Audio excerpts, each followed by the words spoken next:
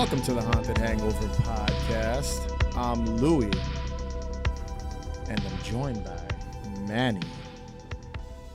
A very tired Manny. Long day. But tired. Tired enough. Once again, when I introduce you, hit me with the thumbs up. You did that the last recording. It's a video podcast. But for the audio only listeners, gotta give people reasons to watch the video. You're right. But they're just like, Manny, I'm joined by Manny. You know what? I'm going to learn sign language just to fuck. Wonderful. I can't wait for you to figure that one out. Yeah.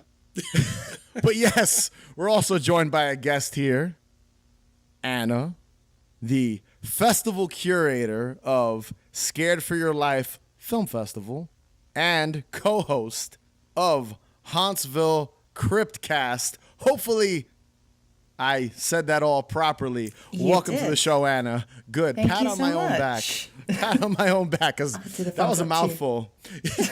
Usually, it's like one project most people are on. When they're on the show, it's like one thing that they kind of are pushing or involved with. You're doing two things. I'm sure you do more, but maybe we'll get into that a little later. I strive for chaos. That's my aim. She's recently become a director, too. That's true. Yeah. So look There's at a lot going on. 3 directors here, the podcasters, film festival people, crazy psychotic man. That's me. So all kind of doing different things here. But yes, which one would you like to start with first? Kind of explaining. Let's start with Scared for Your Life. Let's start with that. Tell the Haunted Hangover listeners a little bit about the Scared for Your Life Film Festival. So Scared for Your Life is the horror-only short film festival that is sister to the Long Island International Film Expo. We've been going, this is our 8th year this October, which is crazy. And we showcase around sort of an average of 20 short films at the festival. And we make it into a really big event. So we have like the filmmaker Q&As, and we have live music, we have local vendors and artists. And we usually have our horror host, Jess O'Lantern, who sings songs and talks about the films. So it's a really good event. And we're very, very lucky with our festival because we get to host it at the Cinema Arts Center in Huntington, New York. And that's a really great venue to host us. That's an awesome theater. I've been there a couple times. Yeah. They always put together kind of cool screenings of movies on like 35. I think the last time I was there, I went to go see like the original Friday the 13th on like 35. And it was the shittiest quality print, but that was what was so charming about it. But nonetheless, yeah, that's a cool place. How'd you get involved with that? Like, how long have you been involved with the festival? So I've been involved with Scared for Your Life for, I want to say 7 years. I wasn't there for the first year. Wow. And I got involved because my now husband has been part of the Long Island International Film Expo for, God, I don't even know how long, but a long time he's been involved in the festival. And so when we started our podcast, the people who run LIIFE asked us to take over the horror section of the podcast. Take over the horror section of the festival with the podcast. So we took it over from there. Oh, so you sort of like use it like, so it's like the podcast branding and the festival kind of are like one family sort of deal, right? Yeah. Hence why your confusion in the podcast and the film festival. There's a lot going on. Yes. That's why when I introduced you, I was like, let me not mess up just kind of introducing what you work on. So you guys you guys take films from all over the world, right? From what I know, from what I've seen. I think unfortunately, one of my films, I think was accepted when there were no in-person screenings. So there's a funny connection to the. Was that the one with Beck Fordyce in 2020? I'll be very honest, I don't remember. I'm really good friends with her, and I don't remember. So sorry, Beck. Yeah, but 2020 was difficult. We had to do the online screenings instead of the in-person. That sucked. A lot of festivals had to do that for like 2 or 3 years. Some of them stuck with it even now. They just never went back to in-person. Shame on them. So get back to in person. It just became a money pit for them, yeah. That's it. Easy peasy. Just screen them on some link. But I'm not going to shit on film festivals here because that's not what we do. Now, not Hauntsville. today, anyway. Not today, at least. Maybe in a future installment of the Haunted Hangover podcast. The shitting on festivals episode. I'm just kidding. We'll not be doing that. Open that door. We're not going to have Anna here when we do that. We can't have her here. As long as you don't talk about mine, I'm fine. I'm kidding. Now, Hauntsville, was it a similar kind of situation getting involved with that, or how did that come about? So Hauntsville was born out of me and Anthony and Doza, who started the podcast. We went to go and see the first of the new Halloweens.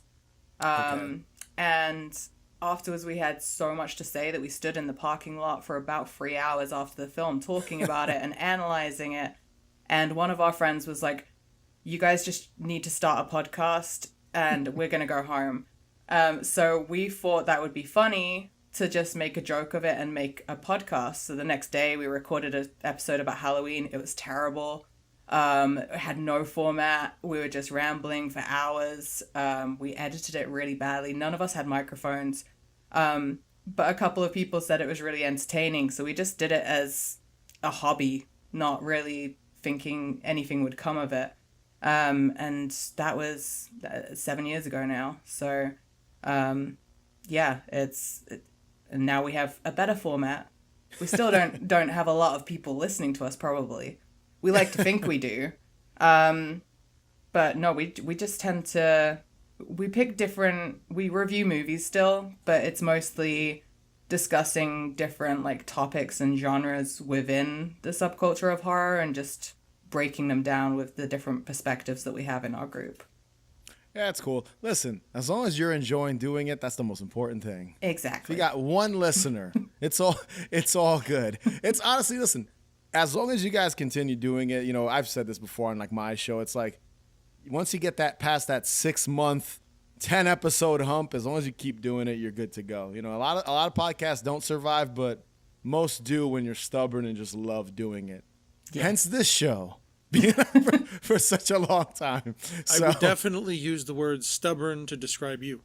Yes, exactly. Hence why this is still going and yes, people are enjoying it. So that's the most important thing. But what's one of the most difficult things, back to you, Anna, what's one of the more difficult things about just hosting a podcast and hosting not hosting, but curating a film festival? Just kind of, are there similarities between the two things that you'd say are just difficult or just challenging overall? I think probably the only thing that sort of merges between the two of them that's difficult is communication. Obviously, if you're working with like a team of people, communication is always going to be rough. If someone's having like a rough time with communication and you really need them to do something. But that's why we have 5 people in the podcast and we have 3 people doing the festival because then we have our little connection where we know that we always have to be on point for the festival. With the podcast, it's not as urgent to be on point. But I think the most difficult thing was definitely during the pandemic because I was stuck in England for 2 years and so everything had to be online and I was 5 hours ahead of everyone, so I'd be in the middle of the night recording with everyone here in the middle of the day. And yeah, it was very difficult trying to coordinate during that. And also I had to miss the festival during the pandemic as well. We had 1 year online, 1 year in person, and I had to miss that. And everyone was saying, oh, this has been the best year yet. And I was like, I'm glad, but it sucks that I wasn't there for that. You missed out the awesome year. Yeah. That was the Amityville year? Yes. Yeah. That was Amityville. Now there is a connection here because Manny is sort of involved, right, Manny, with this adjacent. Yeah, I run LIIFE, which is the parent festival of the whole thing.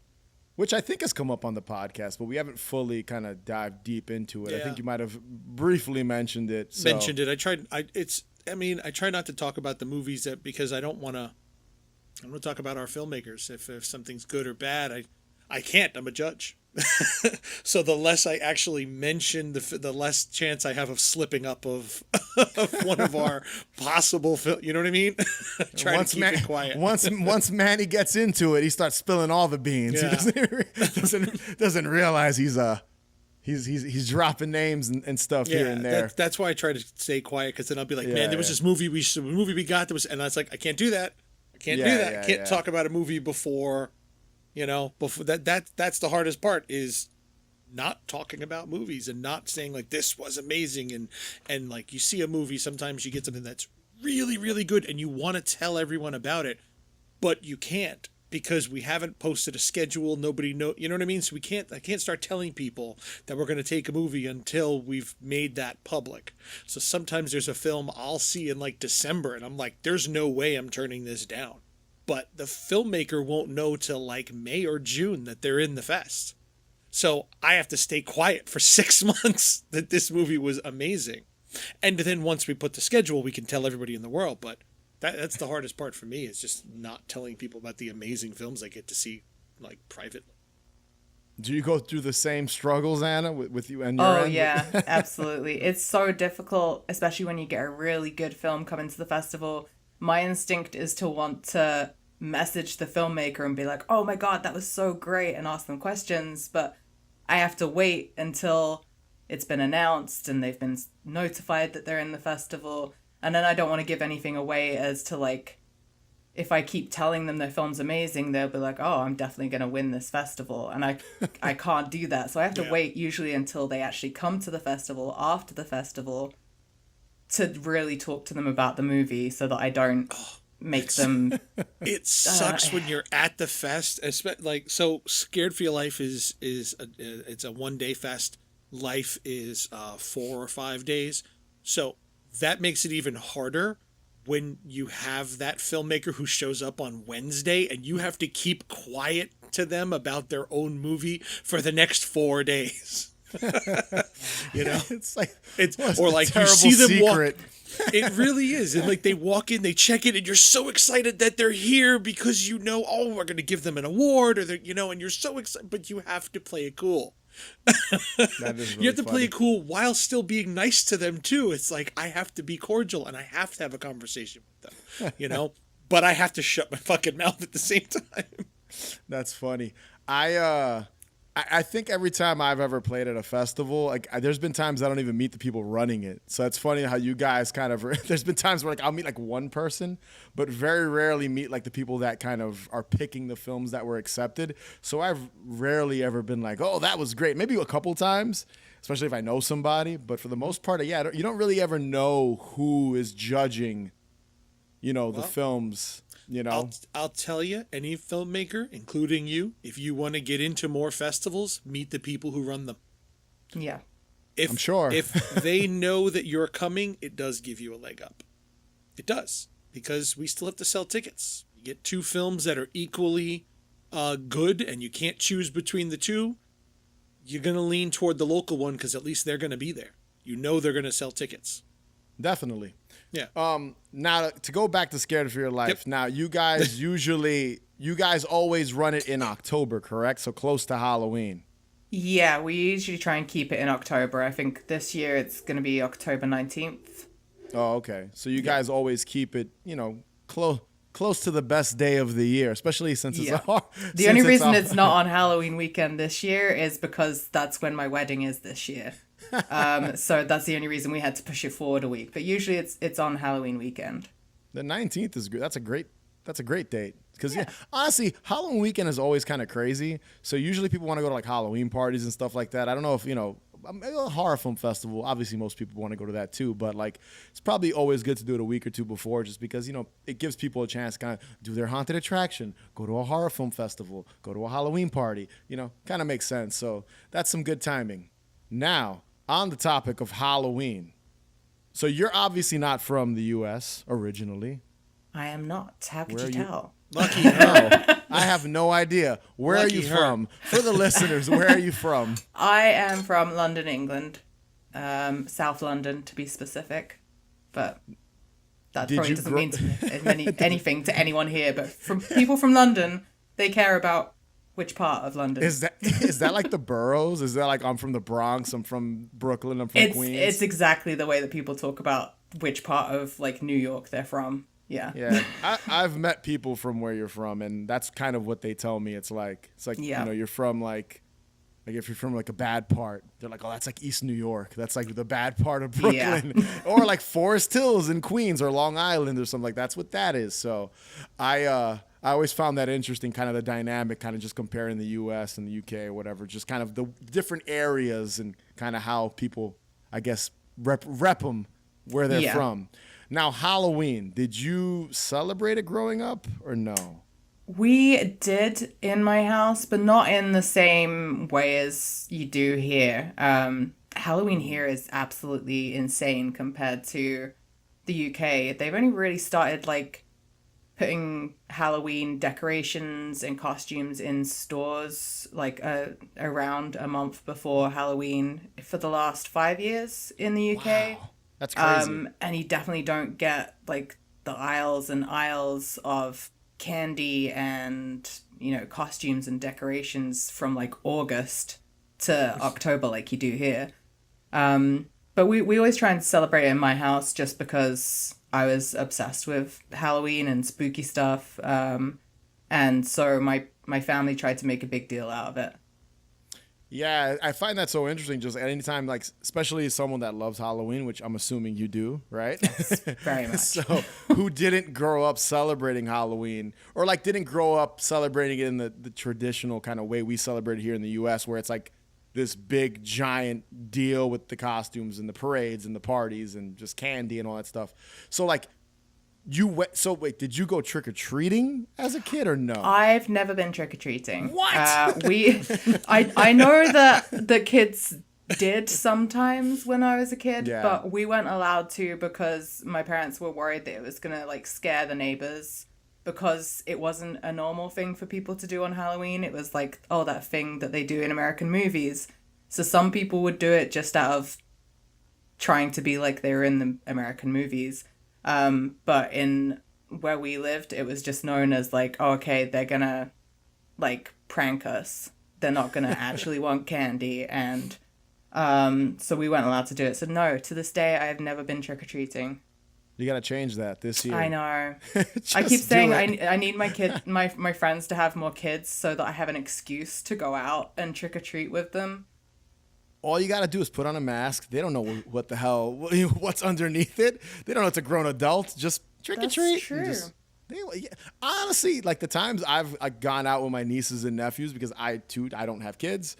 So, and you'd be surprised. People still will still give me candy because I'm wearing a costume. So, like you said, just kind of link up with someone with a child. Just kind of use the kid to get candy. So that's all you got to do. I realized around here, most people don't really care. You come for candy, you get the candy. If you're dressed up, I think that's if you're just going up there like, hey, trick or treat, where's my candy? You're not going to get anything. Even then, you know what? We just give them candy just because you don't want to stand there and just argue with somebody. Some people will. Some people will. But like I had kids, like teenagers, who just showed up with a backpack like, I don't have a costume, but you know what? Take the candy and get the hell off my porch. I don't want to stand here and argue with you. You know? It's easier to just give them the candy and let them walk away. So how did you celebrate? Since you said your family celebrated, what did you guys do to celebrate?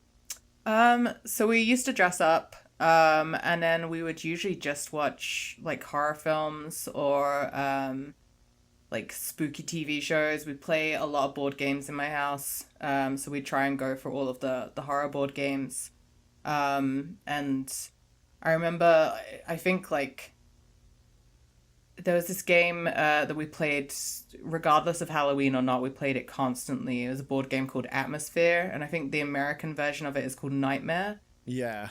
And they had like this really gnarly looking gatekeeper guy on the VHS that you had to play with the board game, and he would just shout stuff at you. And that's my gatekeeper.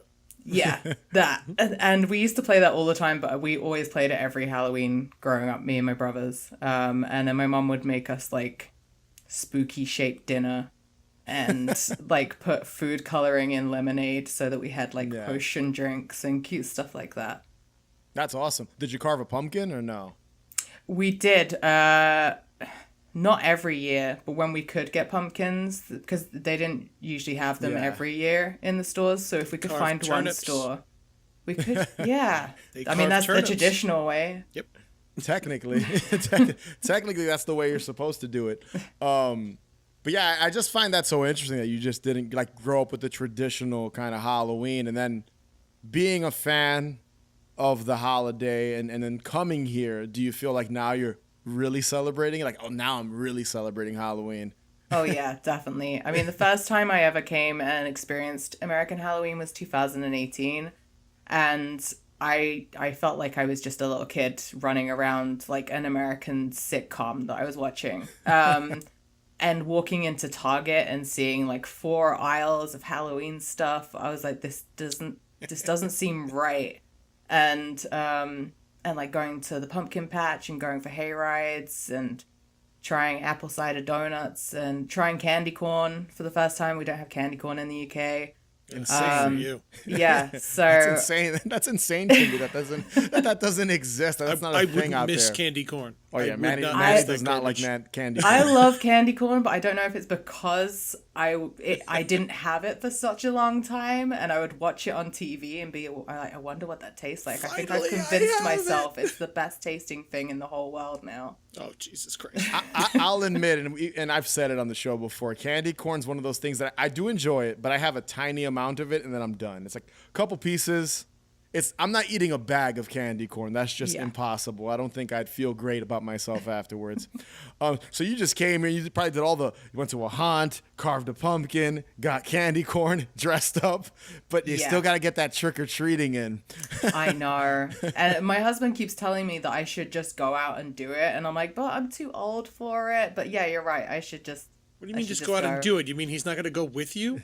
Oh, no, he'll come with me. I'm pretty sure that Anthony was forced to stop trick-or-treating about 2 years ago. You have to drag him to not wear a costume in the first place. Like, oh, yeah, he wears a costume every day. He wears costumes in June.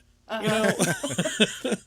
I love Halloween, but I don't think I'd go that far. I don't think I could wear costumes all year round. Anthony is a costume person. He is a cosplay type. That's his thing. I don't get it. As much as I celebrate Halloween, I don't like wearing costumes. Never cared for it. I do sometimes, but I don't like it. He's complete opposite. Yeah. Now, is there like a specific memory that stands out to you that you could share, like just back home, that maybe is like the best Halloween you ever experienced not being in the U.S.? Like, does anything come to mind? Yeah. There was this one Halloween that I remember very clearly because all of my brothers were home. I have 3 older brothers, and we used to do everything together. And one by one, because they were older than me, then they would like go off to college and not be there, or they'd move out. But there was this Halloween in, I think it was 1996, and I only remember that because it was a specific Halloween Havoc WWE event that we were watching, and we had our spooky shaped dinner, we played Atmosphere, and I was dressed as like a very thrifted version of Bret the Hitman Hart. I think I was like 7 or 8, and we just watched wrestling. We watched Are You Afraid of the Dark? And we watched The X-Files, and I just remember we kept trying to do impressions of all of the like spooky things that we were doing, and my brothers put on this weird Halloween show of Are You Afraid of the Dark episode for me before I went to bed. Wait, they performed this? Yeah, they like performed half an episode of Are You Afraid of the Dark after we just watched it. And it was like the one where like after you the clown gets his nose stolen. That's a great episode. Yeah. Yeah. So that was a good memory. Just being able to sort of goof around and watch spooky stuff with my brothers, and dressing in a ridiculous Bret the Hitman Hart costume at 7. What a combination! Dressed up as Bret the Hitman Hart, and then your brothers performing the is it not Bozo? What the hell's his name? I think his name was Bozo. Yeah. No, I don't think it's Zebo.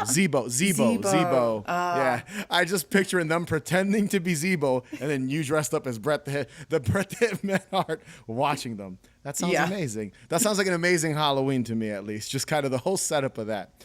Now, Halloween why is it important to you? Considering, like, you didn't really technically celebrate true, real U.S. Halloween until a few years ago. But, like, what made you love the holiday even when you sort of technically weren't celebrating the official? You weren't somewhere that celebrated it officially.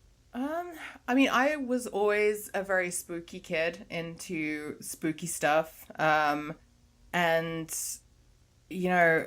I think for me, Halloween was like the one day where I could dress spooky and talk about all the spooky stuff I love and show people spooky movies. And it was a chance for me with like my friends and family who weren't necessarily into the spooky stuff. It was my one day where I was able to showcase all of my passions without shoving it down people's throat in the middle of summer that they should watch a horror movie with me.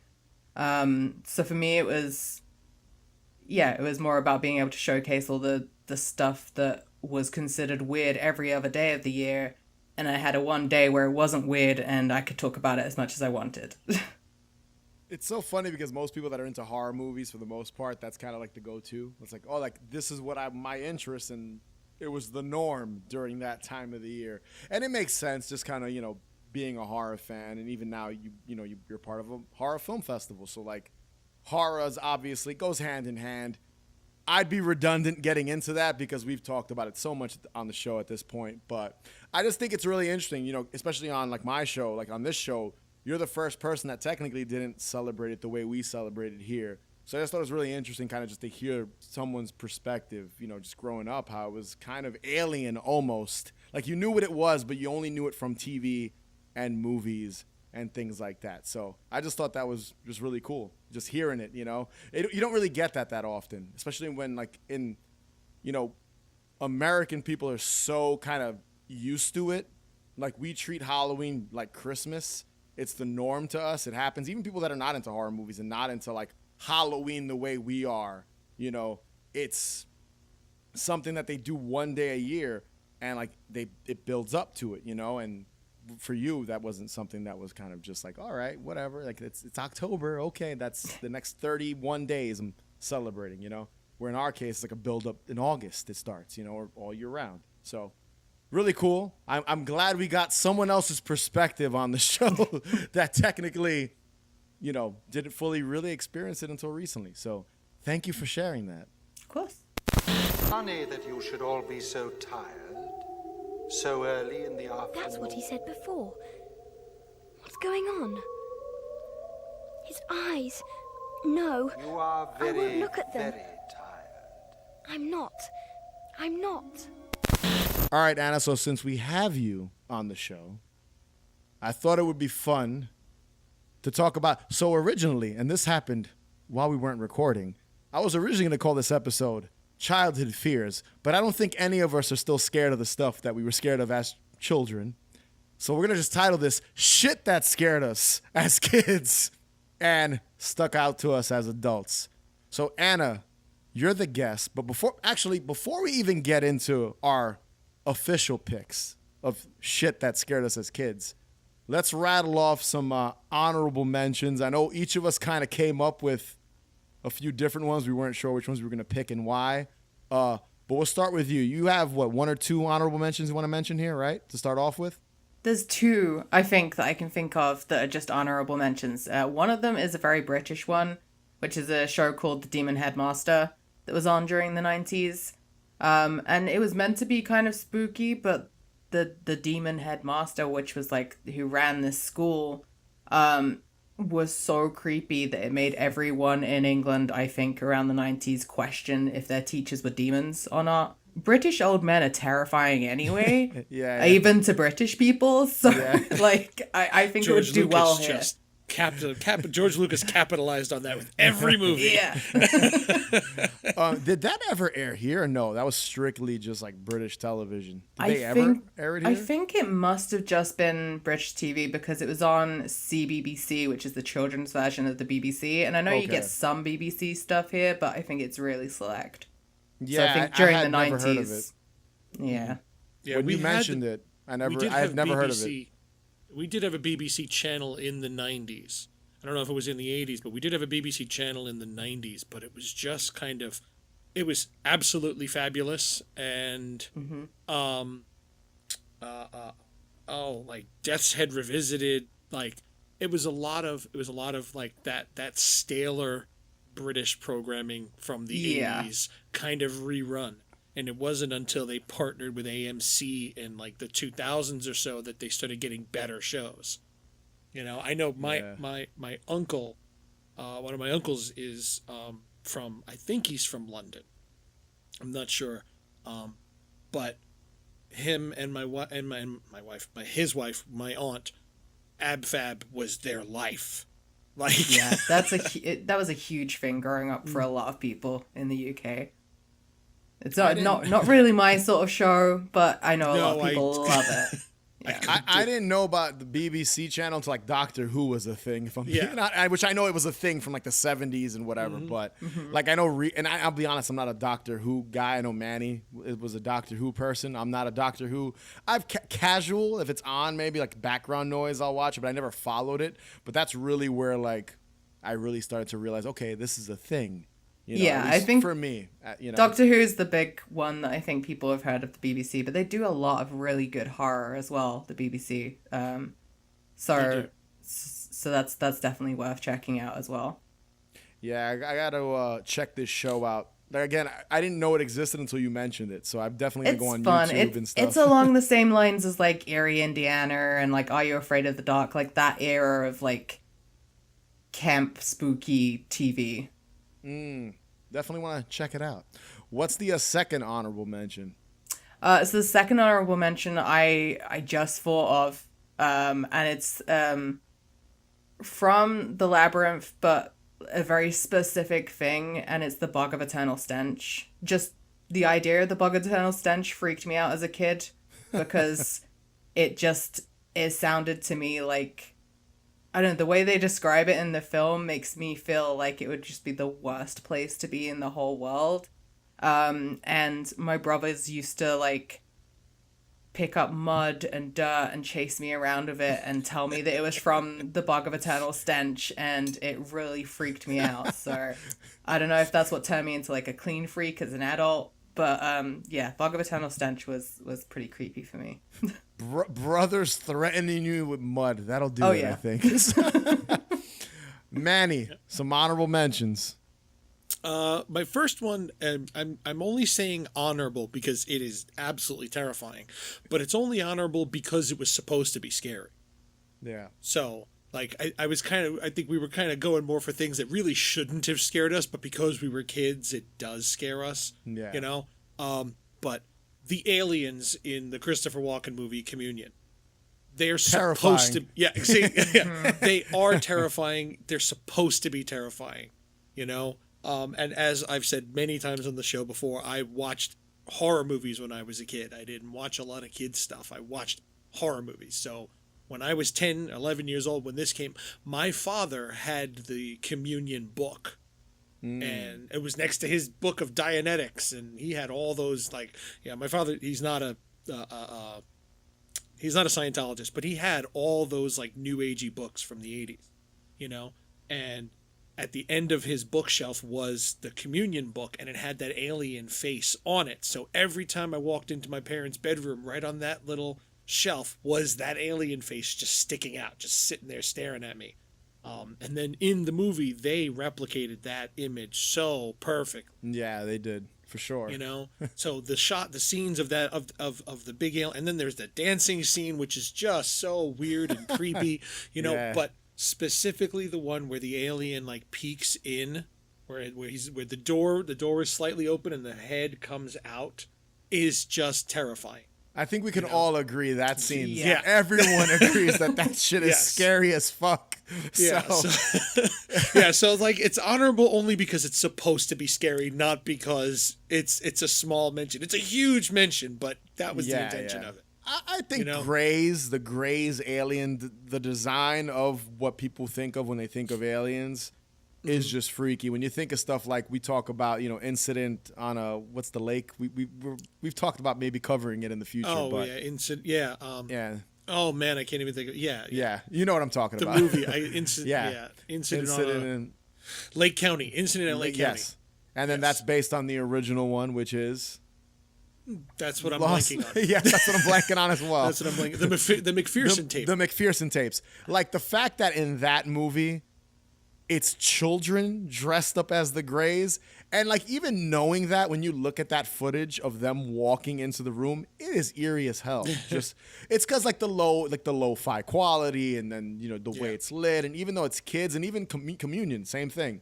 Just everything about that. It's just the way you light their faces in any project, any film, whatever TV show, you can make them just look scary. Even like the VHS 2 segment with the slumber party alien thing, they look eerie, just kind of how they're depicted in that. Because I think that universally the gray alien just it's fucking freaky. It's an owl. That's all it is. People high and seeing owls. That's all. It is a freaky design, but I think Communion is the scariest that they've ever been. Oh yeah, dude, for sure. I can agree with that. Totally. Yeah, for sure. And my second one is kind of dumb, but again, it's one of those things that as a kid... This is my favorite. This is my favorite of your picks. And I really only have another one where I only have it as an honorable mention because I don't really have much to say about it. Yeah. The Edgar Winter album, They Only Come Out at Night. The album cover, he's shirtless and he's got this like these jeweled thing on him and these monstrous sideburns and a mole that could kill you from across the room.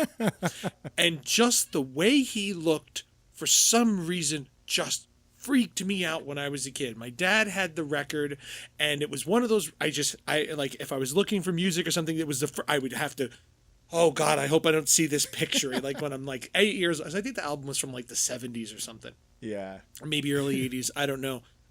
There's just something about him. He just looked like some sort of goblin that was going to come to life out of it and just eat me alive or something. I don't know why, but it's just that image that's stuck in my head. Knowing Manny for as long as I have, the fact that even freaked him out as a child is ridiculous. It's a very kind of androgynous, sexy cover. It scared the shit out of Manny. But it's not sexy. See, I dig the androgynous thing like that. I'm into which is what he was going for. I think. Yeah. But clearly failed in every way possible. There is no part of this image. The sideburns are what gets me. I don't understand why anyone would think that was no. Yeah, and and I just looked at it's 1972. Which means I've been seeing this album in my father's collection like literally since I was a baby, and maybe you hit on something with the androgyny of it because it does kind of look like a woman's face on a man's body with the sideburns, and it really is just unset. It is like it's pure uncanny valley, and he's a human being. Yeah, like he actually is real. But there's still something off about him, like you said, the makeup and the way he's sort of positioned. This sort of like just weird. I could see maybe like I feel like 5-year-old Manny looking at that and just being like, "Yo, what the fuck is this?" I feel like if you put this into one of those AI generators where they complete the image for you, you would see that the rest of him is a sandworm. Yes. Like that's what I'm seeing. Like he like this is the upper half of like the Fiji mermaid. Like he's not human. And he's not smiling. He doesn't look very friendly. He's not happy to be there. He's looking at the aliens in Close Encounters of the Third Kind. They're speaking to him on the other side of this record. Oh man! When you sent that to me, I thought it was the most amusing thing. That's what freaked Manny out as a child. Like nothing freaks me out, but this picture. But this. How do you feel about it now? Do you get a little uneasy looking at it to this day? No, not really. I can see it's just like he's really fucking weird looking. Manny's gonna have nightmares tonight of this album. Oh no, it's gonna all come back to him. Fuck, he'll wake up cold sweat at 3 a.m. Fucking Edgar Winter. Fucking Edgar Winter. I have 3 honorable mentions, but one of them play into one of my picks. So I'll save that one for when I get to that one. But I'll do 2 quick ones here. The first one, most people find this movie terrifying when they first watched it, and usually other things freak them out in the movie.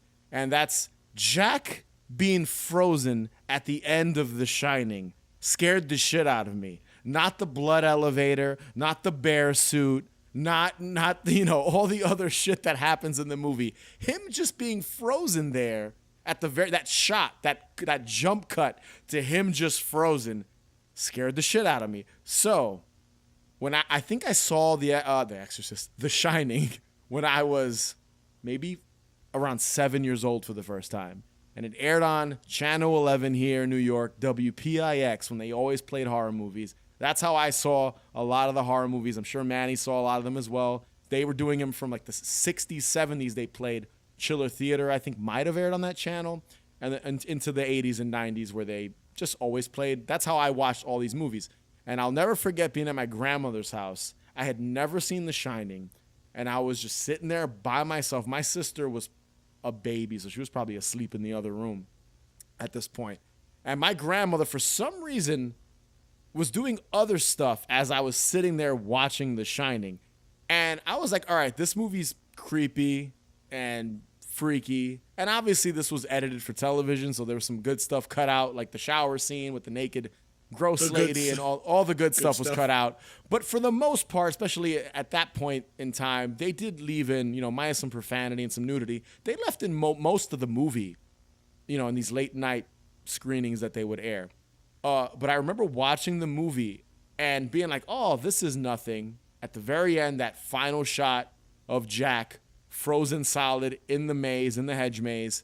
And I remember being cool about it. No, but here's the funny thing. I remember being cool about it, being like, whatever. Time to go to bed comes around. It's probably like midnight or something. It was a weekend. I go to sleep. I used to sleep on like my grandmother's couch. I go to bed. All the lights are off. And for some goddamn reason, I can't get Jack Nicholson's frozen face out of my head. And that entire night, I could not sleep. I just kept thinking about that image of him frozen. It's the dumbest thing. And what's weird is after that, I saw the movie several hundred times after that to this day. Doesn't freak me out now. Didn't freak me out much afterwards. But that initial viewing as a kid, that image just stuck with me that night, and it scared the shit out of me. I don't know why. You don't really hear many people say that him frozen, his face all, stiff, scared them, but it fucking shook me. I don't know. I was shook after watching, and it didn't initially hit me. It hit me much later on while I was in bed. Little Louie didn't get a good night's sleep that night after watching The Shining. So I just think that's fucking funny. So yeah, my second one, really brief, because this didn't really scare me to the point of nightmares, and this might have been, maybe a year or two after my Shining experience.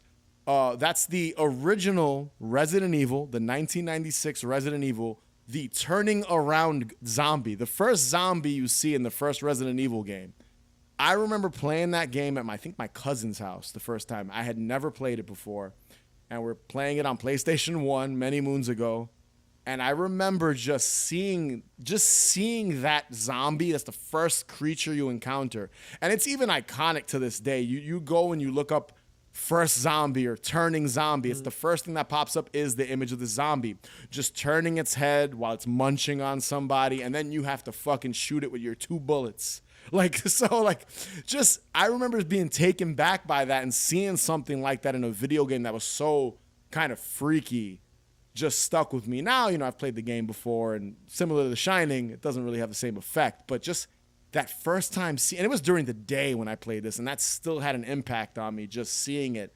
And then just kind of the pressure to have to kill this thing with 2 bullets. Silent Hill did that to me. Yes, Silent Hill. The demo of Silent Hill was terrifying. Oh, dude. And you had 2 bullets, and then these bugs come at you. The little guys, the little things that chase you. Freaky shit, because when these games were more horror than action based, I feel like the first creature, they want you to not know what to do. They want to throw you off. And I feel like, as well as Silent Hill, Resident Evil did that with this turning face zombie. And I always, to this day, I feel like that's probably the most iconic like if you're a Resident Evil fan, there's other characters and monsters that are just as popular, but the actual just turning face zombie, an iconic zombie. And I'm sure I'm not the only one that was like freaked out when they first encountered that playing the game. And it's so funny because when you go back and you play Resident Evil 1, terrible voiceover acting. It's like, I hope this isn't Chris's blood. Like, look at it. It's blood. Like, it's just dumb. But it was at the time was so fucking freaky. And it's weird too because at that point I had played Mortal Kombat, so all the violence and all that shit didn't really faze me. But this fucking turning face head zombie was a freaky character. That reminds me of playing Doom. Doom, yeah. Yeah. Doom had a similar kind of vibe because it You had to play it in the dark, and you had to have Yeah. a group of friends around, and everyone's screaming. and I remember in the original one, they would kind of like slide into frame and like just appear and then like fall It was back. like Wolfenstein. They just Yeah. kind of pixel Oh out my of God, the corner. Wolfenstein. Wow. But yeah, lots of Start rambling. talking about Myst while we're at it. I feel like we'll continue just talking about video games. We won't get to the official picks. Anna, you're the guest, so hit Manny and I and the listeners with your first thing that scared the shit out of you as a kid pick. I am the servant of the power behind the nothing. I was sent to kill the only one who could have stopped the nothing. I lost him in the swamps of sadness. His name was Atreyu. So I think mine is going to have to be Gamork from Neverending Story. And I watched Neverending Story religiously on repeat every week when I was a kid. It was my favorite movie. And I had to learn how to like rewind all of the parts with Gamork. No, not rewind. Fast forward all of the parts with Gamork because he just terrified me. And I think the thing about Gamork being this like Neverending Story is traumatizing as it is, and it's actually more traumatizing as an adult looking back at it.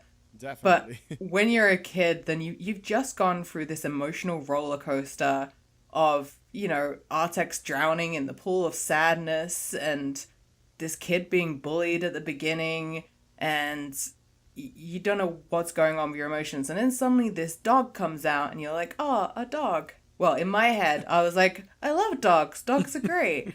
And this was like the first scary dog. And he's like a wolf, but in my head, he was a scary dog. And he was the first scary dog that I'd ever seen. And so when he just comes out and he's this gnarly looking puppet that's just kind of broken. And then he just starts telling Atreyu that he's going to rip him apart. And my baby brain couldn't process a sweet dog coming out and telling a child that they're going to rip them apart. And not to mention that he's like hidden in the shadows and you just see these eyes glowing. But it really traumatized my baby brain of thinking that all dogs were great and would never hurt me. And then this one wants to rip me apart. The Never-ending Story is just like an acid trip when you watch it as an adult. Like, I watched it a few months ago. I hadn't seen it in a few years. Like, I vividly remember as a kid always watching it. It was always on TV. And I agree. Even like the nothing and all that shit. Like, it was just, even the way he gets killed, when Atreyu kills him, he like stabs him and there's like blood everywhere. I'm like, yo, this was not a children's movie, but it was marketed as one. It's just a bizarre movie. The Rock Biter. Yeah. That dude that rides this big snail. It was just odd. The racing snail. It's a racing snail. Sorry, man. Yes, it's a racing snail.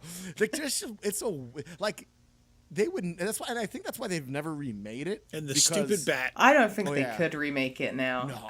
And they would just CG the crap out of it if they did it now, because it must have been so expensive to make the amount of crap that they did in that film. It's the way it looks so is elaborate. crazy. Yeah. The topless like statues that shoot lasers at Atreyu and shit. Like, just bizarre choices they made in that movie. It's just really, when you go back and watch it, it is really fucking freaky. Just every aspect of that movie. And I remember, and like I said, I hadn't seen it, so I put it on again. I was like, yo, what the fuck is going on in this movie? Just weird shit. And even the second one had some strange things going. It's a little watered down by the second one, but even still, there's just like the weird dice head guy that has head spin or something. There's like weird, trippy, hallucinogenic shit in it. That's the one. That's what everyone's always told me, is that the book is like even crazier and more graphic. They go into depth on Gomork in the book as well. He says a lot worse stuff in the book, and it's I think there's a lot that they didn't mention from the book in the film. And the movie is only half the book. Part 2 is the other half. It's at part 1 and 2 are the book. It's halfway through the book where Bastian finally gets with Falkor and goes to Fantasia, and then they start taking his memories. Yeah, fucking Falkor. Yeah, big. I love dragon. Neverending Story. So do I. You said you haven't seen it in years. I was the opposite. I that's one movie like I really never stopped watching. Like there was a few years here or there where I would skip it, but I've never stopped watching it. So I never hit that point where I look back and I'm like, well, this is a really weird movie. Like to me, it's just been a normal thing I've always watched. I absolutely weird. love it. I saw it a lot as a kid, and then like I probably hadn't seen it like in 10 years until recently, where I was talking about it with someone, and I was like, I gotta rewatch the Neverending Story, and I watched part 1 and 2 back to back, and part 1's way better, in my opinion, than that second one. The thing that always cracked me up about the second one, and we'll move on because we'll be here all day. Never-ending Story episode. He's like scared of heights and he's on a diving board and it's like a water fountain. I was like, what the hell's going on here? But yeah, overall, that's a good pick. I think most people would agree with you that the bad puppy in the Never-ending Story was bad puppy. Is it Gomork? Is that how you pronounce it? Gomork. Mork? Yeah. I'm sure most people would agree he was fucking scary. So, scared the shit out of most of us.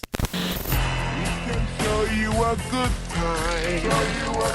And we don't charge nothing. I will somewhat connect to her Neverending Story and her honorable mention, and I'm going to go Labyrinth as well. There's one scene that always freaked me out when I was a kid. And it wasn't until I was watching it like now that I understand why it was so freaky. And I've seen it since then but I just started looking at like the Fireys dance scene, the Chilly Down song. The Fireys are the little red creatures that pull their heads off and dance around Jennifer Connelly. I'm looking at it, you watch it now, and okay, it's this cool little scene with these little creatures. But back then, we were watching movies off of VHS. Even on TV, they were videotaped that we were watching. And I'm looking at it here, looks great. And it looks different than I remember it, and that's where I realized why it looks different. Because on videotape, it was cropped to 4:3. The color space was not as nice as it looks now. It wasn't clear. The videotape eventually degrades and it starts to look old, and essentially the scene was a lot darker and just in general less clear than we can see it now. And I recall distinctly there being entire sections of this where it's just the Fiery and there's no background. It's just that creature with its head floating around in a dark void. And I'm watching the scene here on YouTube, and I'm like, no, there's a whole forest behind them. Then there's all this, and then let's say, wait a minute. And I picture it in just a square. And there are shots where, just in that one little spot, there's nothing behind that creature, Okay. But in widescreen, there's a whole lot more to the image, And so basically because of the degradation of the tape, the size of the frame and everything, it cut out all the detail of the forest behind them. And suddenly they just appeared in this black void. And there's just these weird heads floating around on really terrible looking green screen too. Because even when you watch it now, they've restored it. So they fixed a lot of the green screen. It looks much clearer. The edges are much sharper. So it is a big improvement. But if you were to watch the old tapes, this is a nightmare. you know, and they always freaked me out when I was a kid. And I'm seeing now like that's exactly why, because the tape just looked like shit. I would love to see the tape version of this. I'm only familiar with like the way it's on DVD and Blu-ray now. So yeah, I remember it being dark. I don't remember there being a forest behind them until I saw the DVD for the first time. So I'm with you on that. But I found them really cute, and I remember begging my parents to buy me like the toys of them because they were my favorite from the film. So it's funny that we had like opposite reactions to well, it's them. not them. It was the shot and the heads floating around. It was like, what is going on here? Like, I mean, I look at them like Lynn has a fiery puppet, you know? And I look at them like, yeah, they're like little like red crows. And I like the way they look. They're cool. You know, they look like something at a Dark Crystal, you know? But yeah, I did have a totally different reaction. Like they were nightmare. It was a nightmare watching them. It's the VHS's fault, not the movies. It was. And you know what, too? How many horror fans will tell you that some horror movies just look better on VHS? And it's because it's darker. It's you know, it's blurry. It looks like shit. It's, you know, this is like perfect example of why. Technically not even really a horror movie. Exactly. So even that, exactly. even it was affected by it. Yeah, something that's not supposed to be scary comes off as terrifying when you put it in the context of a shitty VHS copy. Yeah. You know, I think that's where all these like creepypastas come from. It's like children's movies that are just degraded VHS tapes over and over, and they come. Oh, that's why it looks so terrifying, because of this rental that I rented 50 times that a million other people rented. It just degrades by the time you watch it, and it just looks like a completely different movie when you watch it. By the time it got to you, I don't know if I actually had the Labyrinth video cassette or if I had it taped from a rental. Which means the copy I had been watched 200 times, more than likely, before it even made it to me.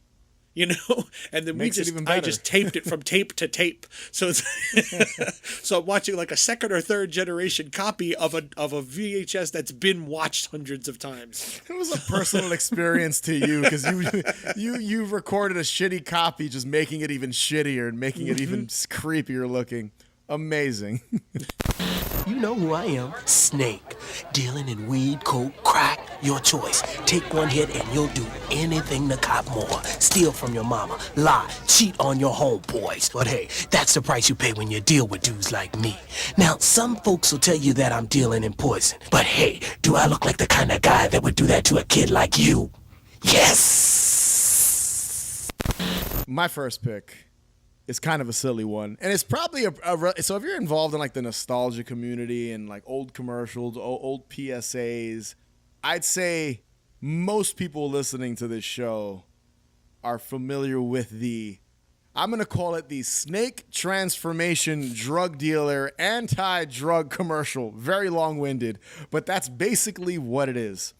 So from what I could find online, this commercial, I believe, aired late 80s to the early 90s. I know Manny looked it up. We both kind of looked it up, and that's kind of I was actually curious. Anna, he sent it. Did you have this commercial, or did you have different commercials? God, no. We did not have anti-drug commercials in the UK, but American drug commercials are wild in general to me. But watching this one was a real experience. Yes. So in the off chance you're not familiar with the Snake Man transformation anti-drug commercial, so basically what it is you got this drug dealer. He's thriller like in 30 seconds. Yes, it's like literally that's what it is. He's like on like an urban. It looks like a set. It doesn't even look like it's a real street. It's obviously fabricated. It's like a movie theater behind him, an alleyway. Shot it in Universal Studios. More than likely, that's what it looks like. A fake city street, and he's talking to you. He's talking, breaking the fourth wall, looking directly at you, telling you like, "Hey, man, I'm your drug dealer." And doing drugs, they say, you'll lie to your homeboys, and you'll treat your parents like shit, and all this stuff. And as he's talking to you, like someone walks in front of him, he passes a pole. He slowly begins, because his name is Snake, I should say. He's Snake the drug dealer. As he's passing all these objects, he begins to slowly transform into a cobra. And by the end of it, he is a full-blown creature hissing at you. He's like, I'm a trustworthy guy or something along those lines. Do I look like the kind of guy that would do that to you? Yeah. And that's literally how it ends. And just like when you look at some of these, like back in like the late 80s, early 90s, when there was a crack, especially here in New York, there was like a crack epidemic in New York, and a lot of people were addicted to the hard stuff. Hard stuff. Yeah, they didn't want kids, doing drugs.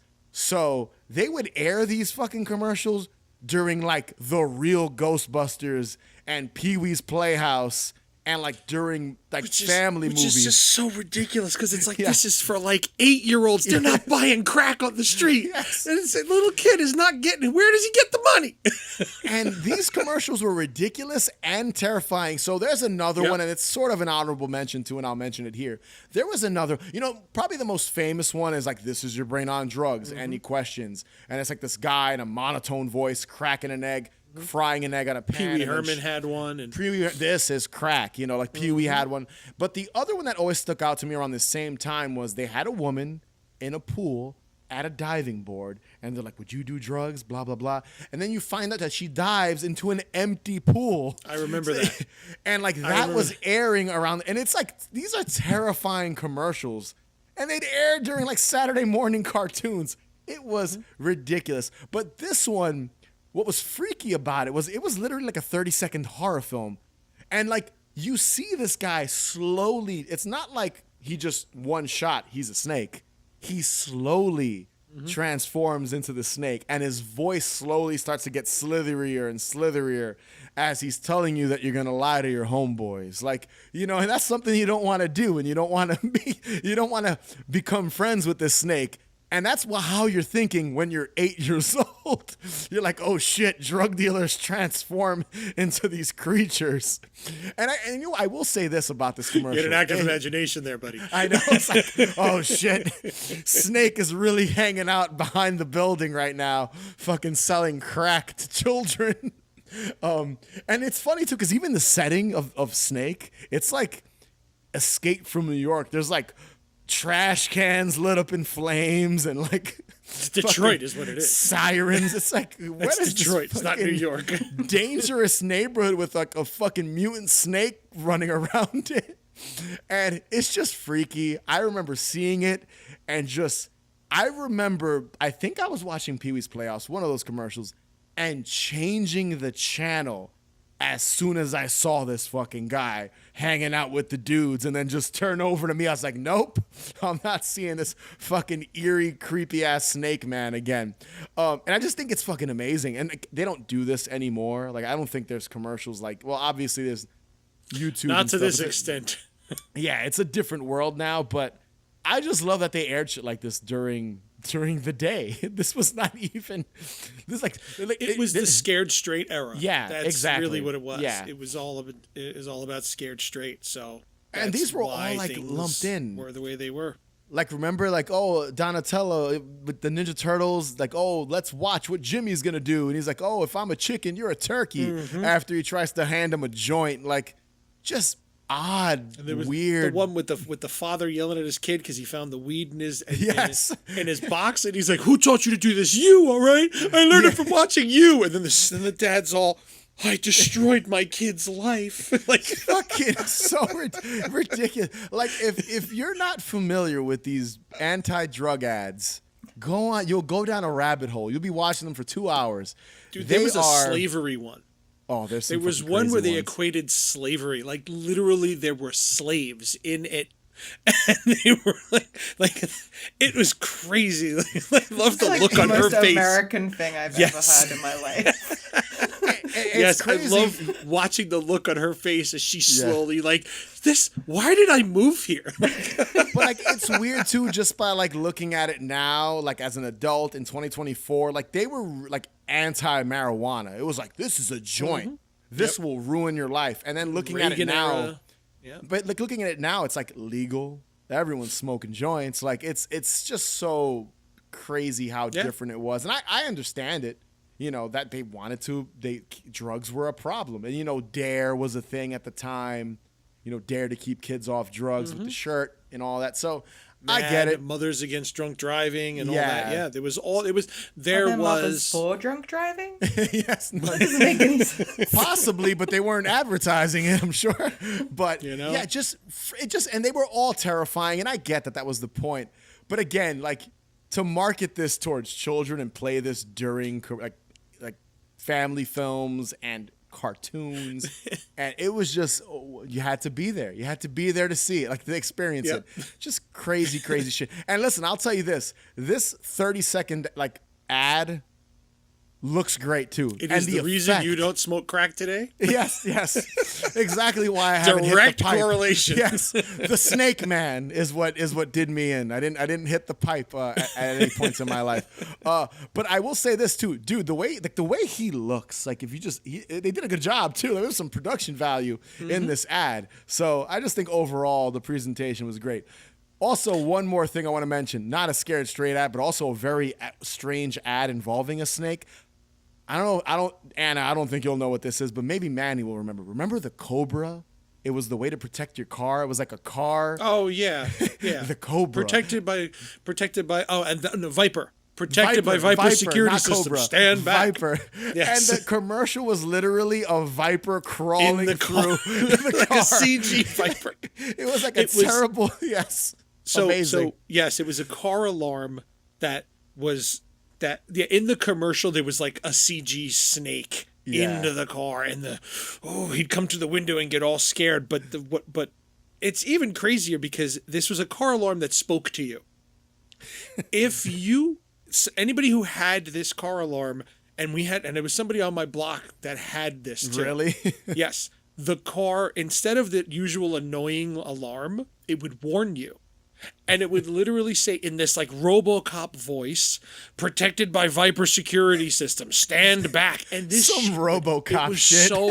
It was so loud. And I think the commercial had like a Lamborghini or something, like some really expensive car. But there was some guy on my block that had it. Yep. Yeah. And yet there's this little computer generated snake inside the car. So like the thief would come up, he'd go up to the window, and then the snake would come in, and he'd go, oh my God, there's a snake inside You really thought a Viper was protecting your car. It's the shittiest looking snake. Listen, late 80s, early 90s, snakes were a thing. They kept you off drugs and kept you away from stealing cars. So, hey, it worked. And my sister had a pet snake, so none of that shit meant anything to me. There was a snake that lived in the house, so... Fuck meant Viper. Shit to me. Hello, lovely puppy. Pardon? Oh, Jim, do you know what Poppy said? She said that she would like to go over there. All right, then. Over there? Yeah. You want to go over there? Right, that's it. So my second pick it's a very specifically British one, but it has to be mentioned because British TV, especially in like the late 80s and early 90s, was absolutely terrifying. Everything that was meant for kids was just horrible. And so I actually found it hard to pick just one. But the one that I went for is this show that was called Rosie and Jim. That was for kids, and it was about two ragdolls that lived on a canal boat in the countryside, and they came to life whenever humans weren't around. So it sounds adorable. But it was absolutely horrifying, and you have to see the way that these dolls look is just scary. it's just unnerving. And even to this day, when I see pictures of them, it instills that fear back into me. And I was obsessed with puppets growing up, so everyone who babysat for me and even my parents refused to believe that I did not love this show. And so they would always put it on, and I was like, no, please, not Rosie and Jim. I'll watch anything. And it was just the fact that also they caused so much chaos when they came to life, but no one knew it was the dolls. They would just cause chaos, and then the humans would get blamed for it. And as a kid, I was like, if something goes wrong in the house, then it could just be my dolls coming to life, and they're going to blame it on me, and I'm going to get in trouble. And there was nothing that could tell little kid me that these dolls weren't going to sneak up in the middle of the night and just cut my face off or something.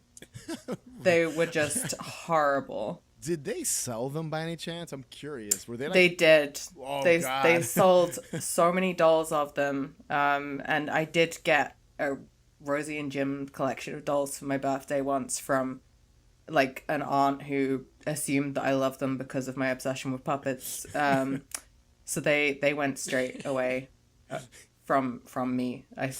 My mom was like videotaping me opening all of my presents, and I just started screaming, and she was like, "Okay, we're not going to show them that." I love how you were like, "Please don't put Rosie and Jim on. Please don't put anything but them." Yeah. That's Anything hilarious. but that. I had more of a problem with British TV shows for kids than I did with horror movies when I was a kid, because there's just a couple of them like Postman Pat and Mr. Blobby, and like they're all really horrifying like British TV shows. Mr. Blobby is it freaks. When I showed my husband for the first time a clip of this guy Mr. Blobby, who was like a kid's mascot on the BBC. Okay. He was really creeped out by it, even as an adult. I don't know why we were traumatized as kids and still didn't get Halloween. Yeah, it's so weird. I sometimes, when you look back at old children's television shows, I don't know what, like even something like Mr. Rogers' Lady Elaine, I think it's Lady Elaine, the little weird puppet with like the red nose that was by like the clock or something. I forget what specific area was. I think it was a woman, but just was fucking weird, like just weird looking puppet. Like, do you think kids are gonna be happy to look at this thing? And that's why Chucky was created. Like later on, it's like dolls are not. I think it wasn't until Toy Stories. I had a Lady Elaine. I think it's Lady Elaine, right? The little hand puppet with the big red nose. Yeah. Yeah, I had my grandmother. Maybe it was my grandmother's. I don't know, but it might have been my mother's rather, not because Mr. Rogers has been on forever. Yeah. But that's like an old doll. But yes, I had one of those. I think dolls, like anything doll related, where the doll would come to life, up until like Toy Story. Like Toy Story redeemed it again for children. But I think there was a good 20 or 30 years where dolls were not good. Kids didn't like dolls coming to life were not a positive thing for children. So I do find it freaky how there were like so many puppet shows and shows like this show that you're talking about, where the whole point was that the doll would come to life, or the dolls would come to life, and the parents didn't know, but the kids knew. And that's just, that concept alone is terrifying. Yeah. So, I think dolls in general are just a little bit creepy. But that does remind me of one more honorable mention. There's a Jim Henson movie called The Christmas Toy. Okay. That used to be available on like the Muppet Christmas Carol DVD X special features. I don't know where you can find it now, but it's called A Christmas Toy. And it's about toys that come to life. But if a human sees them, like walking around, they die.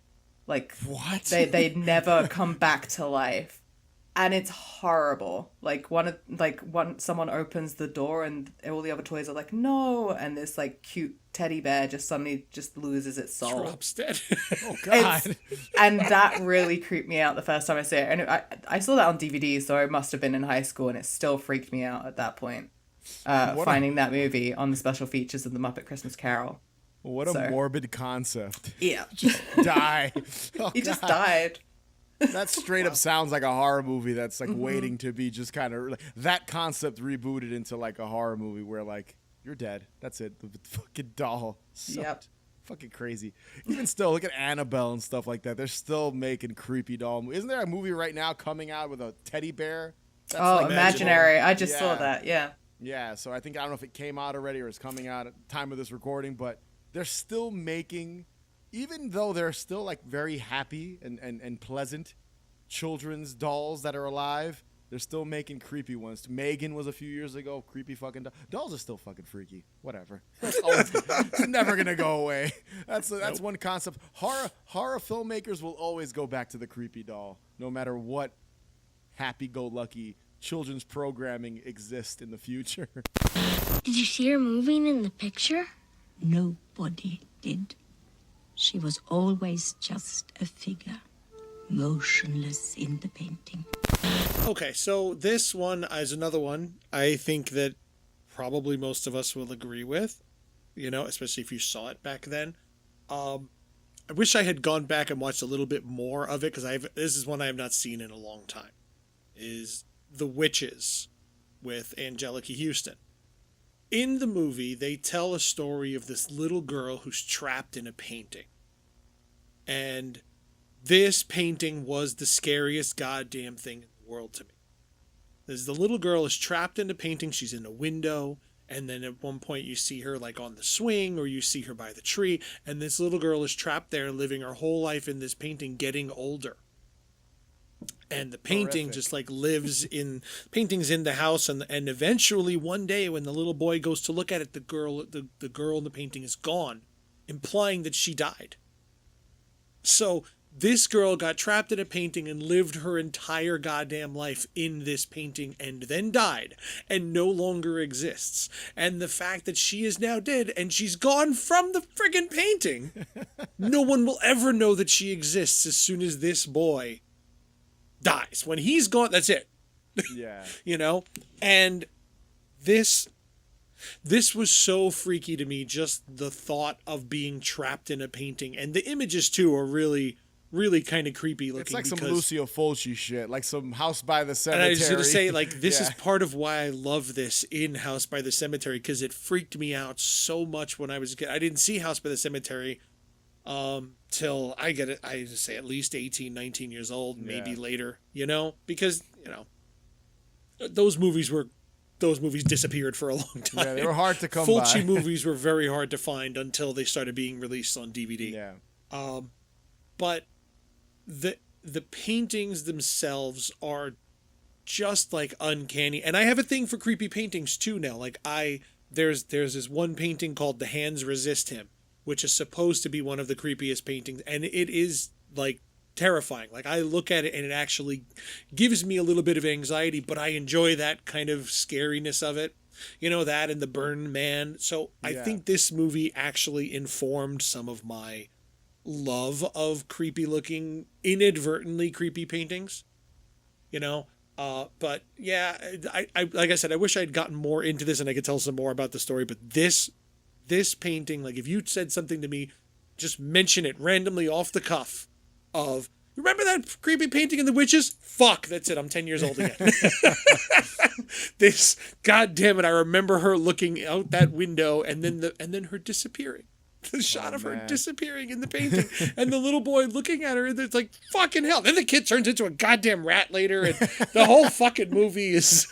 The shit goes off the rails from that point on. It goes nuts. It's like funny Roald because, Dahl fucked up children, man. That guy did not like children, I think, when you go back and you read and watch some of the movies that are based on his stories.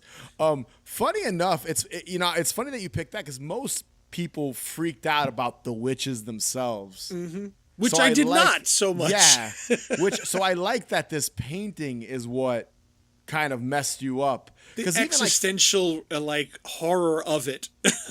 and like the real, like, damn, imagine being stuck in this fucking painting, in this one scene, your entire life. And she looks there. Terrified too. Yeah, like some of this, she looks scared. And it's just like, could you imagine being permanently stuck in a state of fear? No, you know? That's horrible. That'd be terrible. It's funny you mentioned the witches, and this can go back to kind of just childhood fears and just shit that scared you as a kid. Because one of my nieces, my sister-in-law, one day she goes, hey, I wasn't there for this, but I heard about it. So she goes, hey, I'm going to play the witches. And she put the witches on for them. And I have 2 nieces and a nephew. And what ends up happening? One of my nieces was terrified and literally like, don't put on the witches. To this day, she's 9. She's like, don't put on the witches. So I love how that movie is still scaring children today. Like, it goes to show you the power of that movie, that kids are, like, literally, if you mention the witches. Anna said it earlier, old British people are just scary. Yes. No, literally, and this is a 9-year-old in 2024. If I go, we're going to put on the witches, she has a nervous breakdown. She's like, no, don't put on the witches. Because she saw the witches, seeing Angelica Huston as the witch, seeing the fucking painting, the kid turning into the rat. Remember, he has like that mid-transformation where he's freaking out. Yeah. Like, the movie is terrifying as a whole. Just everything about it is fucking crazy. Then they went and remade it with like gorgeous Anna, whatever her name. And it like was this not most good. gorgeous woman in the world, you know? Horrible. I still haven't seen it, but nonetheless, it's not great. You went the complete opposite with it. And listen, like, and Angelica Huston was a beautiful woman even back. Like they made her look fucking crazy and fake and weird looking, even when she wasn't in her true form. They did makeup differently back then. Exactly. Like they weren't afraid to make actresses look ugly for a role that they're supposed to look ugly for. They don't do that now. Like they're never gonna make I can't even think of her last name. Whatever her name is. Anne Hathaway. Anne Hathaway. They're never gonna make Anne Hathaway ugly. Period. No. There was an entire movie about the fact that she is the frumpy, ugly one who becomes pretty, and she still was not frumpy and ugly. She was hot with her glasses and ponytail. She's made multiple movies where she's the ugly, frumpy one, and she's never ugly and frumpy. Yeah. So dumb. What a dumb. Like, when you really think about it, it's like such a poor choice in remaking that movie. Because even, like I said, Angelica Huston, even when she's like the human form before she reveals her true form, there's still something off about her. Like the way that her makeup, her skin looks fake. Like it's obviously supposed to be a mask and a wig. Yes. And I get it. In the new version, they didn't really do that. They kind of, I guess they didn't want to make it as scary. And they made it CG as well. And it takes away so much when you have this like smooth skin underneath that's just like a little bit more wrinkled than her normal face. Yeah. Whereas in like the original, it's this just gnarly practical makeup that just disgusting looks looking, horrible. Yeah, she gets a hump, like she's got long fingers. It's just overall like she looks gross in the original, and then I don't know what they did. But I do like the painting, Manny. That's a deep cut. I'm sure a lot of people that watched The Witches back in the day were not scared of the painting. They probably didn't understand it. When you're 6, you don't understand that. But they were scared of the actual witch. But I could see just kind of like just the concept behind the painting being super freaky. I do like that. Paintings are freaky when you think about it. Some of them, not all of them. Even when you look at something like the fucking Mona Lisa, it's something fucking off about that, that shit when you stare at it for too long. So it's just this permanent, like, weird. It never changes, you know? Very you got odd. a person's face that never changes. Yeah. Freaky deaky. It's like old death photos when you see the old death photography. Yeah. You know, I love that stuff too, but it's so freaky. Like, looking at them, like, they don't look human. And these people just, for some reason, it's just a dead body, but for some reason, they don't look real. Yeah. It's just the uncanny valley effect again. Yeah. That's what it always is. Now that I'm thinking about it too, the witches, I remember when I was young, when I was a teenager, I used to go to my friend's house, and his family is like multi-generational American. So he actually had photos on the wall of his family in like frontier times. Oh, wow. Like from like 150 years ago, that his family came here in like the mid or early 1800s or so. So he has like original photographs in frames and stuff on the wall. And seeing those old photos always freaked me out. And I felt the same way looking at them as I do this. And I'm sitting here looking at this like, these people literally died over 100 years ago. And this is the actual photograph that they held in their hands and gave to their children and is now on his wall 100 years later. Yeah, it's fucking terrifying. So when you think about it. It's just a thing. Like, wow, the old photos used to freak me out for the same reason. Yeah, that's a good one though. I do like that. I do like your spin on it, Manny. So that was a good pick. You infect my world with your presence. Turn the others into trash cans. All right, Manny. So you mentioned Angelica Huston, or you mentioned the movie that she's in. I did. So that's a good little way to kind of bounce off with the last pick we're going to talk about. Yeah, the end of this is your fault. No, it's not. Because I picked this even before you picked The Witches, which is funny that we both picked something that Angelica Huston is in. So that's kind of Just a funny. She was, I guess, a creepy lady back in the day. But my second and last pick is the Supreme Leader, played by Angelica Huston, in the 4D show / experience at Epcot Center at Walt Disney World, Captain EO. Now, there might be some people saying, what the fuck is Captain EO? I don't know if a lot of people know what that is. I've said it on the show before. I'm a big theme park, Universal Studios, Disney theme park guy. I've been going my entire life. And this was a 4D, 3D show that basically ran from 1986 to 1998, and then again from 2009 after Michael Jackson died till about 2014. Yes, so starring Michael Jackson. You skipped that part. I skipped that part. Michael Jackson is the lead of this. The entire project He is EO. Yes. The entire project was created because Michael Jackson wanted a theme park attraction of some kind. And at this point in 86, Michael Jackson was the man. There was like, that's it. He got what he wanted. If he wanted to be in a commercial, he was there. If he did what he wanted to do. So in a nutshell, because I can go on forever here about Captain EO, I really want to focus on the Supreme Leader. It's literally, so this was directed by Francis Ford Coppola, which was, I find, a very interesting thing for him to direct, because you wouldn't really know him for like science fiction. Yes, the power of Michael Jackson once again. Written by, and this is where you do see a lot of the influence. It was written by George Lucas and also executive produced by him. This entire short film, it's about, I'd say 15 minutes, screams Star Wars. So when you watch it, I think that's also because of Lucasfilm in general and sound. They were the only people who could do this level of 4D sound. Yes, was the studio. Oh, I forget the name of their sound studio. But SD is it SDX or S? Yes, I know you're talking about. Yeah, something. They were the only ones who could do the 4D sound that this sort of attraction needed.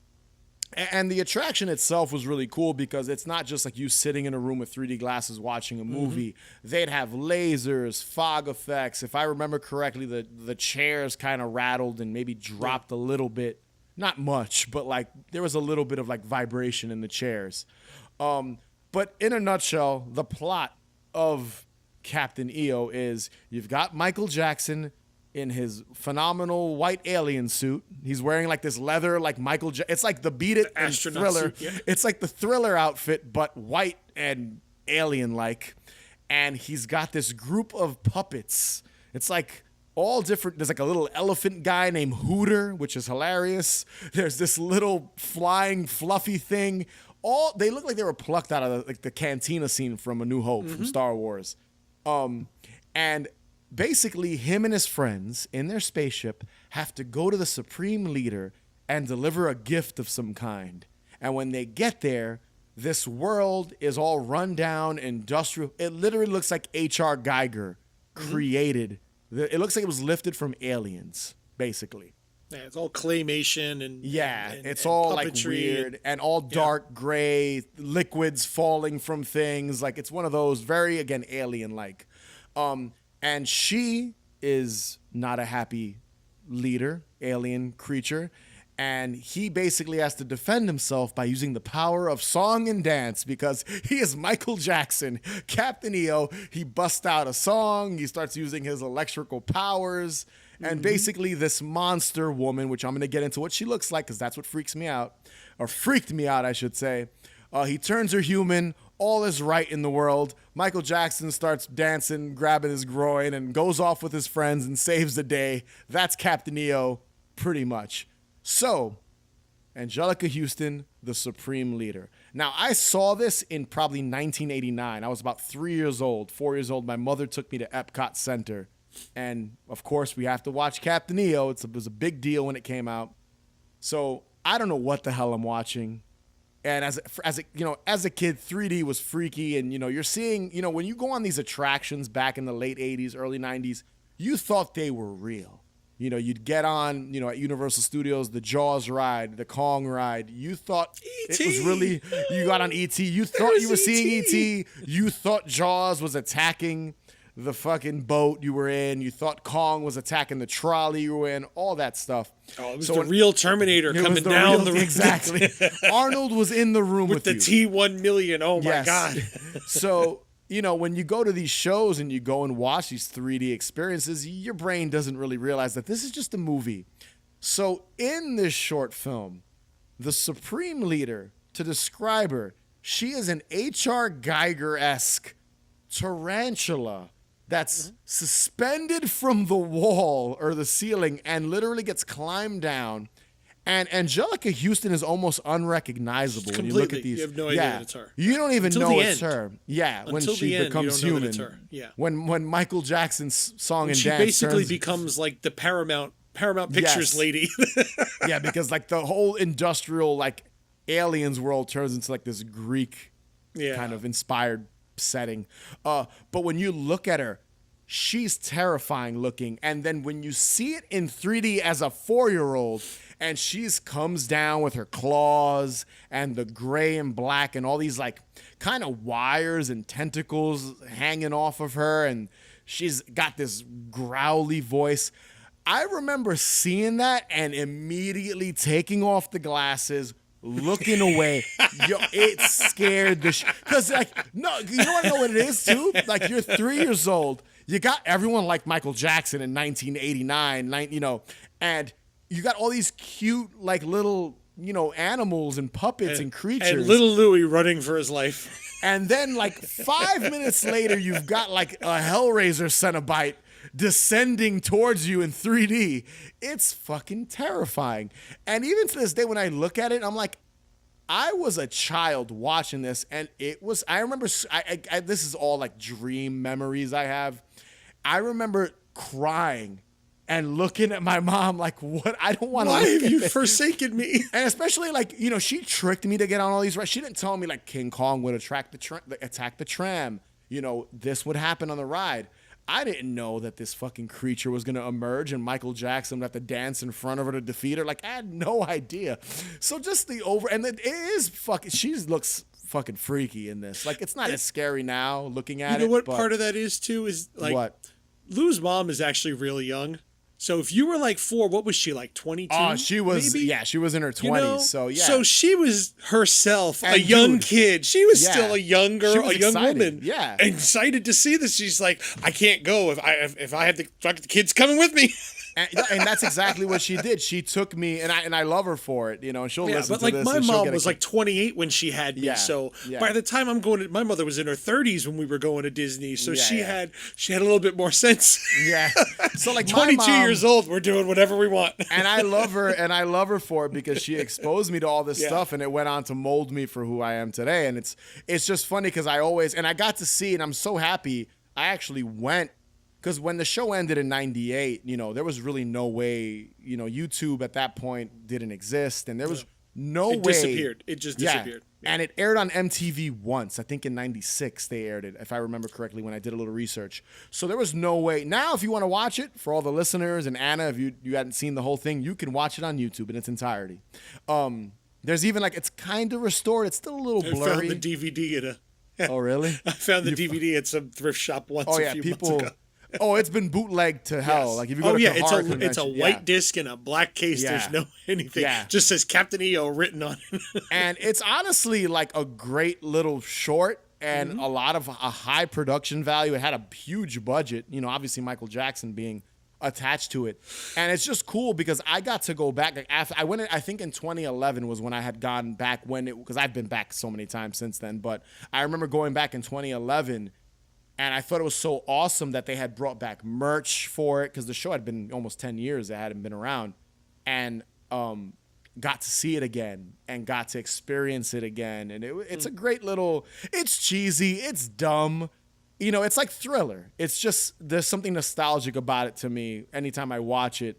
And I just remember being so terrified of the Supreme Leader. Like just... everything about it. Angelica Huston was fucking terrifying back in the day, until she became Morticia Addams and we all fell in love with her. That's basically what happened, So it's just great. It's a great piece. of sure just kind of glad to hear you say that. So it's true, man. It's everyone loved Morticia Addams, when the Addams Family movies came out. And here's a little kind of bonus, kind of once again another thing that scared the shit out of me or freaked me out as a kid that is associated with Captain EO and this attraction.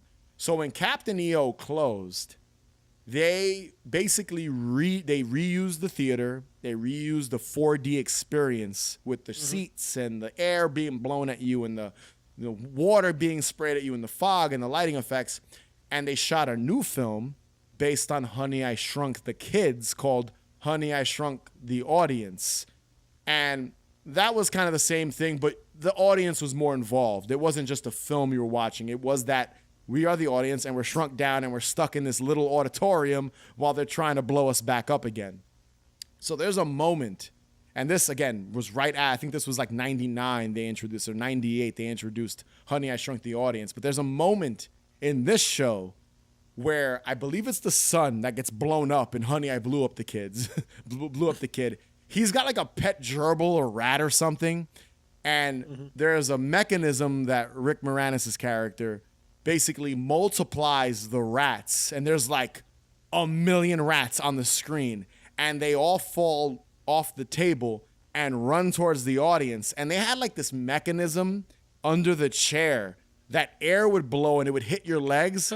And I remember it fucking scaring. I was already like 12 at this point, but it got me. I was like, oh shit.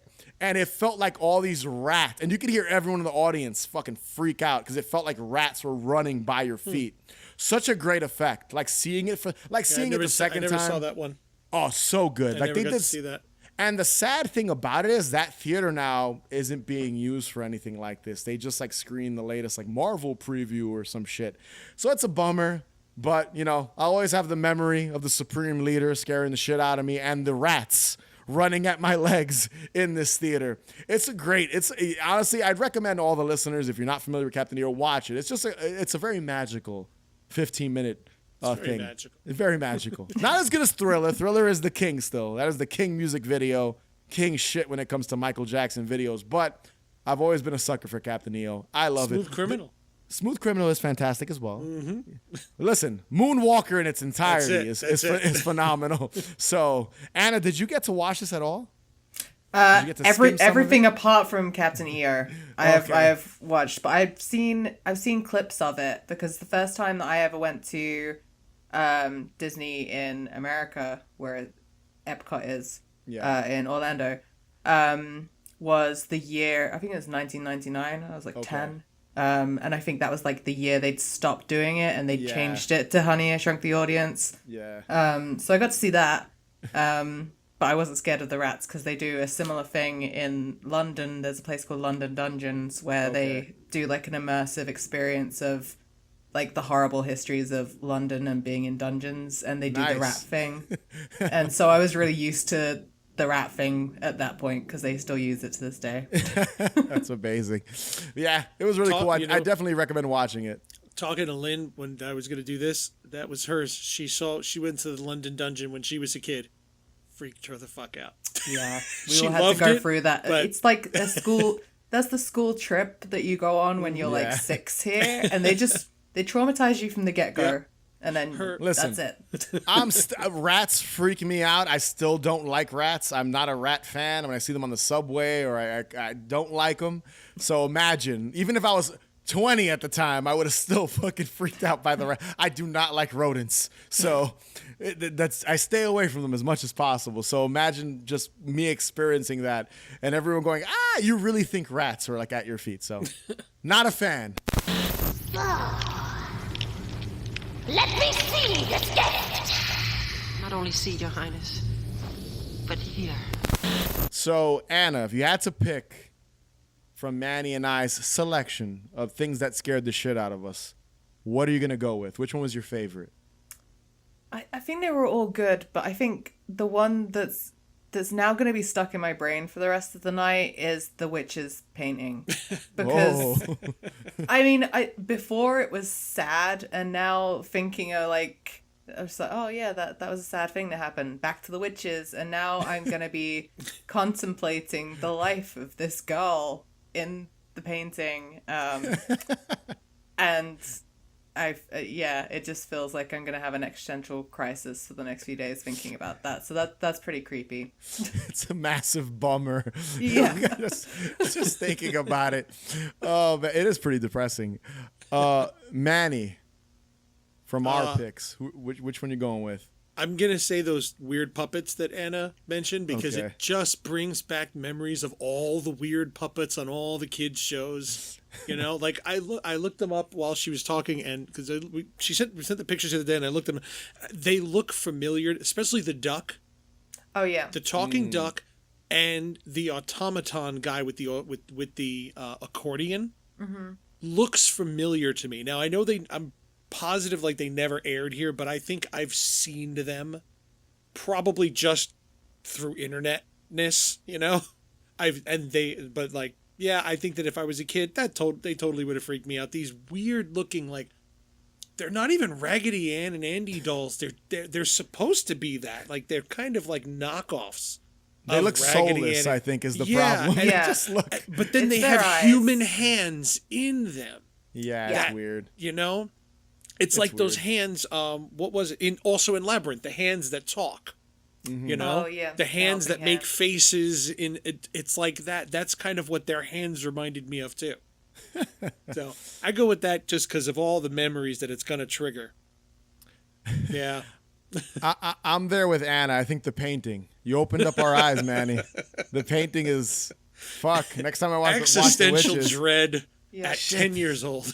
This poor child. She lived her whole life in that one position. All by herself. All by herself. Well, she gets older in the painting, so she does, but she's literally all alone like the world does not exist beyond this painting. This farm could you imagine? On. Yeah, I mean, it's kind of that she had a really beautiful life, and she made friends with the ducks in the painting, and she was fine. I picture it being kind of like The Others, where if she were to walk off the edge of the painting, she just goes off into a fog, and eventually she's back on the other side of the painting. Yeah, it's like limbo, basically, is what she's living in. Literally, it's just limbo the rest of your life. Like. That's how I pictured her. Like, if she left the painting, where would she go? To the other side. She'd come right back around. She can't leave.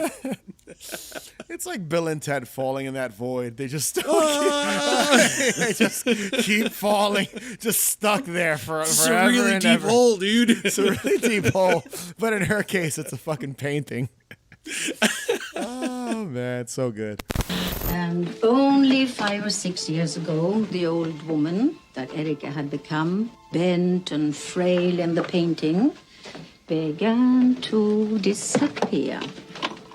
Until one morning, she was gone. So that was some shit that scared us as kids. That was some shit. That was some shit. Anna, thank you so much for joining us. Where can people find you? Scared for Your Life, Hauntsville, everything. Where can people find you? Thank you guys for having me. It's been really fun. You can find Hauntsville. I'm going to say Instagram is the best place to find the links for all of our stuff. So for Hauntsville, if you just search for Hauntsville Cryptcast. And for Scared for Your Life, if you search for Scared for Your Life, which is 2 eyes in life. And that should take you to the link that's got all of our submission information, podcast episodes, and submissions open for Scared for Your Life again on April 1st. Oh, very cool. And they'll be running open until August 29th, and then the actual festival is October 19th. Go support all those things. If you got a movie, submit it. And if you want to listen to another spooky podcast, go check out Hauntsville. And be sure to subscribe. Follow us on Instagram, Twitter. Smash TikTok. that button, right? Yes. I never say that one. Smash that button. But yes, follow us on all the socials at Haunted Hangover. Head over to hauntedhangover.com for links to everything, including our Patreon page, where you can get early access to episodes and bonus content. And be sure to rate and review us wherever you listen to the show. Thank you, Snake On Man. the sea, apparently. Yes.